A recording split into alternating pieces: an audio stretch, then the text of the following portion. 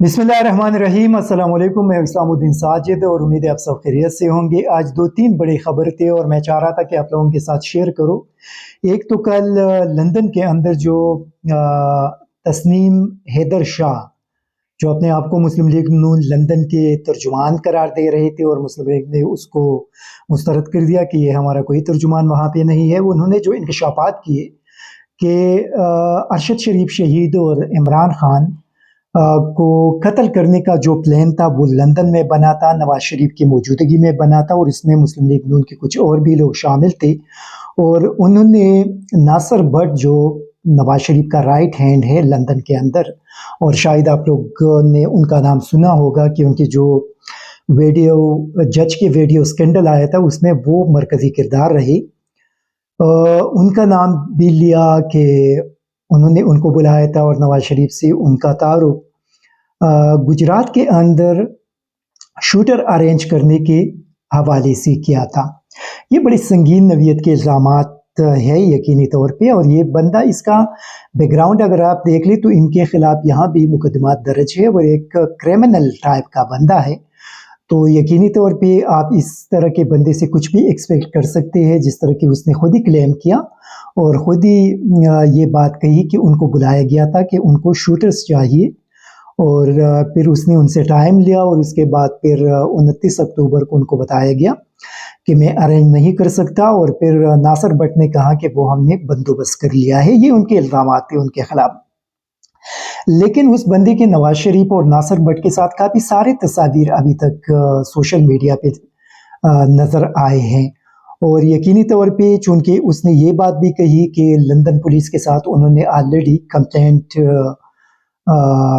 दर्ज की है, उनको सिक्योरिटी भी प्रोवाइड की गई है। उनके साथ लंदन का एक बड़ा मायनाज वकील भी मौजूद था, जो लंदन के अंदर एक नामी गिरामी वकील भी है।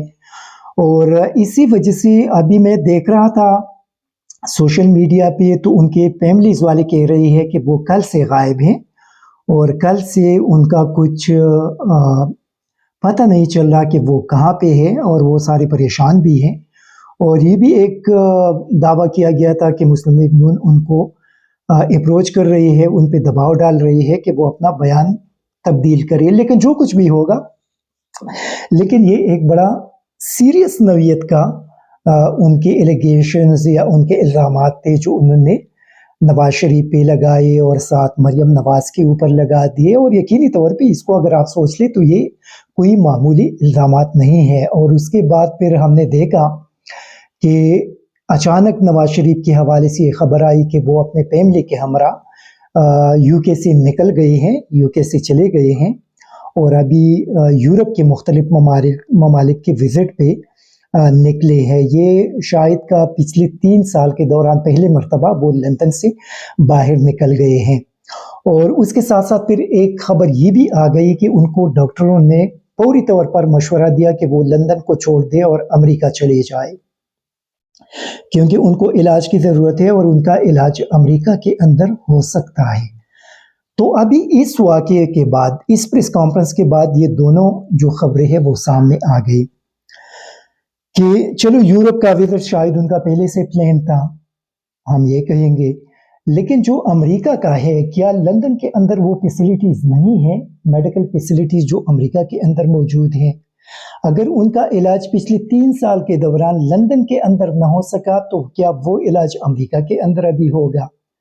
यहाँ पे तो कौम को ये बताया जा रहा था कि उनका इलाज पाकिस्तान के अंदर नहीं हो सकता और उस इलाज के लिए उनको लंदन जाना पड़ेगा, क्योंकि उनके ऑलरेडी जो पहले से ट्रीटमेंट अगर कभी हुई है, उनके जो फिजिशियन सारे लोग लंदन के अंदर हैं। इसी वजह से उनका इलाज पाकिस्तान के अंदर नहीं हो सकता और उनको लंदन शिफ्ट करना पड़ेगा। 2019 में कौम को ये सारा कुछ बताया गया। अभी कौम को ये बताया जा रहा है कि उनका इलाज लंदन में भी नहीं हो सकता, उनको अमेरिका शिफ्ट होना पड़ेगा। इसका मकसद ये है कि वो लंदन के अंदर शायद अपने चीज़ों को छोड़कर वो अमेरिका शिफ्ट हो रही है, क्योंकि अभी ये जो केस अगर सामने आया है और इसकी अगर इन्वेस्टिगेशन होगी तो डेफिनेटली नवाज शरीफ गिरफ्तार भी हो सकता है, उनको बुलाया भी जा सकता है, उनसे इन्वेस्टिगेशन भी हो सकती है ان کے لیے مشکلات بھی پیدا ہو سکتے ہیں. اگر یہ کیس فرض کرے آگے جائے گا اور یقینی طور پہ اگر اس کے اندر کوئی رپورٹ درج ہوئی ہے یا کوئی کمپلینٹ درج ہوگی تو پھر اسی صورت میں نواز شریف، مریم نواز وغیرہ سے انویسٹیگیشن ہوگی. فرض کرے اگر اس کے اندر کچھ ایسا نکل آیا تو پھر نواز شریف اور مریم نواز کو بہت ایک مشکل صورتحال کا سامنا لندن کے اندر کرنا پڑے گا. اور شاید اسی وجہ سے اپنے ڈاکٹروں کی طرف سے یہ ایک خبر ان کے سامنے آ گئی کہ ابھی ان کو لندن امریکہ جانا پڑے گا تاکہ وہاں پہ ان کا علاج ہو سکے. تو یہ بڑی حیرانگی کی بات ہے یقینی طور پہ پورے پاکستانیوں کے لیے اور ہمارے لیے کہ کیا جو فیسلٹیز امریکہ کے اندر میڈیکل فیسلٹیز موجود ہے وہ فیسلٹیز لندن کے اندر موجود نہیں ہے، اسی وجہ سے وہ امریکہ جا رہے ہیں، یا اس کے پیچھے کچھ اور چیزیں ہیں. کیونکہ ایک تو ان کی زندگی پاکستانیوں نے عذاب بنا دی ہے، وہاں پہ روزانہ جا کر مظاہرے کرتے ہیں، احتجاج کرتے ہیں، نعرہ بازی کرتے ہیں. ان کے ہمسائے بھی کافی تنگ آ چکے ہیں اس صورتحال سے، وہ بھی کمپلینٹس کرنے لگے ہیں.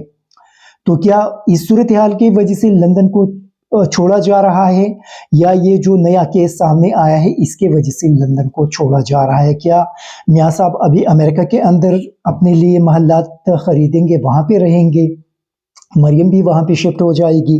اور اس بات کی کیا گارنٹی ہے کہ امریکہ کے اندر جو پاکستانی ہے وہ ان کے گھر کے سامنے وہاں پہ نہیں آئیں گے اور وہاں پہ احتجاج نہیں کریں گے؟ اگر لندن کے اندر آ سکتے ہیں تو وہ لوگ تو امریکہ کے اندر بھی آ سکتے ہیں، پھر تو ان کے لیے وہ بھی ایک مسئلہ بن سکتا ہے. دوسرا اس کے اندر ایک اور بھی بڑا امپورٹنٹ پوائنٹ ہے اور وہ یہ ہے کہ میرے خیال میں امریکہ اور برطانیہ کے درمیان ایسا معاہدہ موجود ہے کہ اگر یہاں پہ کوئی انویسٹیگیشن ہوگی اور وہ لوگ فرض کرے برطانیہ میں ہوں گے یا امریکہ میں ہوں گے تو وہ ایک دوسرے کو دیا بھی جا سکتا ہے، مطلب ایک دوسرے کو ہینڈ اوور بھی کیا جا سکتا ہے. کیونکہ میں نے کچھ ایسی خبریں میرے نظروں سے گزرے ہے کہ کچھ ایسے واقعات ہوئی بھی ہے ابھی. تو میرے خیال میں اس چیز کو بھی ان کو مد نظر رکھنا چاہیے کہ اگر اس کیس کی وجہ سے وہ چھوڑ رہے ہیں تو پھر شاید ان دونوں کے درمیان ایسا کوئی معاہدہ موجود ہے جس کی وجہ سے ان کے لیے پھر مشکلات پیدا ہو سکتے ہیں. لیکن یہ ساری چیزیں وہ کلیئر کر سکتے ہیں کیونکہ ہم تو صرف حالات کا تجزیہ کر سکتے ہیں کہ کس صورتحال کی وجہ سے یہ ساری چیزیں آ گئی کہ ابھی اچانک ان کو امریکہ علاج کے لیے جانے کا کہا گیا. کیا وہ فیسلٹیز لندن کے اندر موجود نہیں تھی، یا پچھلی 3 سال کے دوران ان کا علاج وہاں پہ نہیں ہوا؟ کیونکہ 3 سال کے دوران تو ہم نے نہیں دیکھا کہ وہ کسی ہاسپٹل میں ایڈمٹ رہے، وہاں پہ ان کا علاج ہوتا رہا، وہاں پہ ڈاکٹروں کے پاس وہ جاتے رہے. ایسا کچھ پبلکلی کم از کم میں نے تو نہیں دیکھا، شاید باقی لوگوں نے دیکھے ہوں گے. پھر اس خبر کے اندر یہ بھی بتایا گیا کہ وہ جب امریکہ کے اندر ان کا علاج ہوگا اس کے بعد پھر لندن وہ واپس آئیں گے اور لندن میں ان کی پھر سے سرجری ہوگی، اور اس سرجری کے بعد پھر وہ بتائیں گے کہ وہ پاکستان کب واپس جائیں گے. یہ سرجری کے حوالے سے مریم نے بھی بتایا تھا، لیکن ابھی تک اس حوالے سے بھی اس نے پاکستانی قوم کو کچھ نہیں بتایا کہ ان کی سرجری ہوئی نہیں ہوئی. جو اچانک جب ان کو پاسپورٹ ملا تو پوری طور پہ اس نے پاکستان چھوڑ کے لندن چلی گئی، تو اس کی اصل جو وجوہات ہے وہ بھی ابھی تک سامنے نہیں آئی. ایک اور بڑی خبر یہ ہے کہ مبینہ طور پہ عمران خان کو یہ میسج دیا گیا ہے کہ جو نگران حکومت آئے گی وہ 5 مہینے کے لیے ہوگی، تاکہ پی ڈی ایم جو مہنگائی ہے یا جو مشکل فیصلے ہے وہ سارا گند ان کے کندھوں پہ ڈالے اور ان کو الیکشن میں جانے کے لیے کوئی پیس سیونگ مل جائے. لیکن عمران خان نے یہ جو ایک آفر ہے یا جو ایک تجویز ہے اس کو مسترد کر دیا ہے، اور اس نے کہا کہ وہ کسی بھی صورت میں اس قسم کے غیر آئینی تجاویز کو ماننے کے لیے تیار نہیں ہے کہ کسی بھی نگران حکومت کو 3 مہینے سے زیادہ عرصے کے لیے لایا جائے. جو اس کا آئین کے اندر جو ان کا ٹائم ہے اسی ٹائم کے لیے وہ آئے گا اور پھر الیکشن کر کے واپس چلا جائے گا. اور اس سے زیادہ اگر کسی کو لانے کے آئیڈیا ہے یا اس میں جو بات چیت کی جا رہی ہے وہ عمران خان کو ایکسیپٹیبل اس قسم کی کوئی تجویز نہیں ہوگی. تو یہ چیز بھی بظاہر ناکام ہو چکا ہے. ایک اور خبر یہ ہے کہ تحریک انصاف نے چیئرمین سینٹ صادق سنجرانی کو प्रेसिडेंट आरिफ अलवी के ज़रिए मुबैना तौर पे मैसेज दिया है कि वो पूरी तौर पे रिज़ाइन कर दे, क्योंकि उनके हवाले से ये खबर सामने आई है कि पीडीएम उनके खिलाफ तहरीक अदम एतमाद लाना चाह रहे हैं और उनको उनके ओहदे से हटाने की प्लानिंग की जा रही है। और इसमें तहरीक इंसाफ ने उनको ये मैसेज डिलीवर कर दिया है कि वो किसी भी सूरत में उनको सपोर्ट नहीं करेंगे, क्योंकि हालिया जो अदम सबाती के साथ जो कुछ हुआ, सैफुल्लाह नियाज़ी के साथ जो कुछ हुआ और उस पर सेनेट चेयरमैन ने कोई स्टैंड नहीं लिया, तो उसी वजह से तहरीक इंसाफ उनको सपोर्ट नहीं करेंगे। और अभी एक मुश्किल में सादिक संजरानी मुबैना तौर पे फंस गए हैं और अभी उनको अगर ये सूरत हाल रही तो उनको अपने ओहदे से हाथ धोना पड़ेगा। एक और बहुत बड़ी खबर है, और ख़बर ये है कि आप लोगों ने शायद देखा होगा कि आर्मी चीफ के हवाले से कल एक इन्वेस्टिगेटिव जर्नलिज्म का एक वेबसाइट है, पैकेट फोकस है, उसने आर्मी चीफ के हवाले से एक बहुत बड़ी खबर छाप दी है। और उन्होंने दावा किया है कि उसी वेबसाइट ने एफबीआर से आर्मी चीफ के ख़ानदान के टैक्स जो डेटा है या जो टैक्स रिकॉर्ड है वो हासिल करके उसमें उन्होंने दावा किया कि पिछले 6 साल के दौरान आर्मी चीफ के जो असासे हैं उनके फैमिली का वो 12 अरब 70 करोड़ रुपए तक पहुंच गए हैं। 12 अरब 70 करोड़ रुपए तक पहुंच गए हैं। ये बहुत बड़ी खबर है, क्योंकि आर्मी चीफ ग्रेड 22 के ऑफिसर हैं और एक ग्रेड 22 के ऑफिसर के पास इतना पैसा 6 सालों में कहाँ से आ सकता है। ये एक बड़ा बुनियादी सवाल है जो अभी लोग डेफिनेटली उठा रहे हैं। लेकिन सबसे बड़ा जो सवाल है वो ये है कि एफबीआर के अंदर हम लोग भी अपना टैक्स जो जितना भी रिकॉर्ड है हर साल हम लोग भी जमा करते हैं। वहाँ पे जब टैक्स जमा करते हैं तो हम अपना पूरा रिकॉर्ड उनके साथ जमा करते हैं कि मेरे असासों के अंदर क्या कुछ है, उसमें इजाफा हुआ, उसमें कमी हुई, क्या कुछ हुई। तो ये सारा रिकॉर्ड एफबीआर को इसी वजह से हम देते हैं कि ये एक हुकूमती इदारा है और वो हमारे जो प्राइवेसी है या जो हमारा पर्सनल डेटा है उसका तहफ़्फ़ुज़ करेंगे।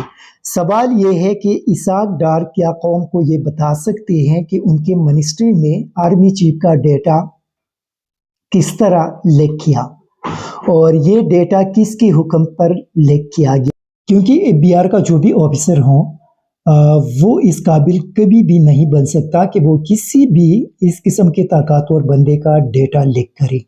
सवाल पैदा नहीं हो सकता कि कोई ऑफिसर ये रिस्क ले और वो आर्मी चीफ या किसी ब्यूरोक्रेट्स या किसी जज या किसी जो भी बंदा हो उसका डेटा वो लिख कर सके। हम जैसे आम पाकिस्तानी जिसका कोई पूछने वाला नहीं उनका तो कर सकते हैं, उनसे तो कोई पूछने वाला नहीं होता, क्योंकि ये तो सारे जितने भी सरकार के अंदर लोग बैठे होते हैं ये तो कानून से बालातर है। वो तो हम जैसे कीड़े मकोड़े जो पाकिस्तानी है उनके साथ तो कुछ भी कर सकता है। लेकिन ये सबसे बड़ी बात है कि क्या वज़ीर आज़म और वज़ीर ख़जाना की इजाज़त के बग़ैर ये डेटा लीक हो सकता था? और अगर ये डेटा किसी ऑफिसर ने लीक किया है तो क्या उनकी ये कैपेसिटी थी, ये ताकत थी कि वो आर्मी चीफ का डेटा किसी बंदे को दे दे और किसी बंदे की इजाज़त के बगैर? ये तो मुमकिन नहीं है पाकिस्तान के अंदर। यहाँ पे तो कोई कानून की हुक्मरानी तो है नहीं, तो किस तरह कौम ये तस्लीम करे कि किसी एक छोटे से ऑफिसर ने इन चीज़ों को लिख कर दिया? ये कोई भी मानने के लिए तैयार नहीं। अगर कोई आम बंदा होता, कोई पॉलिटिशियन होता तो फिर भी लोग मान लेते कि चलो ये उसने पैसों पे किया या ताल्लुक पे किया। लेकिन आर्मी चीफ का डेटा लीक करना ये न किसी बंदे न कोई बंदा पैसे लेकर ये कर सकता है और न ये रिस्क कोई लेने के लिए तैयार होगा या था या कभी आइंदा भी हो सकता है। ये सवाल पैदा नहीं होता। इसी वजह से ये आर्मी चीफ के साथ एक प्लान बज़ाहिर लग रहा है कि उनके साथ गेम खेला गया है। और शायद जो बात की जा रही थी कि नए आर्मी चीफ की तकर्री पे कुछ इख्तिलाफात है या यहाँ पे पीडीएम की बात नहीं मानी जा रही, तो शायद इन सारी चीज़ों को देखकर उनको या तो सबक सिखाने के लिए या उनको बदनाम करने के लिए, जो कुछ भी उनके साथ हुआ, लेकिन ऐसा लग रहा है कि ये सारी चीज़ें एक प्लान के तहत हुई है। और अभी मैं देख रहा था कि इसहाक डार ने फौरी तौर पे इंक्वायरी का ऑर्डर दिया है, तो इंक्वायरी कौन करेगा और जो रिपोर्ट आएगी क्या वो लोग कभी बताएंगे? अगर वो बता भी देंगे तो रिपोर्ट के अंदर जो भी बंदा रिपोर्ट तैयार करेगा वो लिख देंगे कि उनको किसने कहा था। तो मेरे ख्याल में ये एक बड़ा अजीब काम हुआ है, कानून के खिलाफ वर्जी हुई है और ये पाकिस्तानी जो बाकी लोग हैं उनके एतमाद को भी ठेस पहुंचा गया है कि उनका जो ज़ाती डेटा है वो अभी लीक भी हो सकता है। तो अभी देखना है कि फौज इस सिलसिले में क्या कार्रवाई करेगी, उन लोगों को गिरफ्तार करेंगे, उन लोगों से जो असल नाम है वो उगलवा सकेंगे। ये अभी देखा जाएगा, नेक्स्ट चंद दिनों में ये चीज़ें भी क्लियर हो जाएंगे। Thank you very much. ISTV Pakistan को सब्सक्राइब करें और बेल आइकन को दबाएं मज़ीद वीडियो और अपडेट्स के लिए।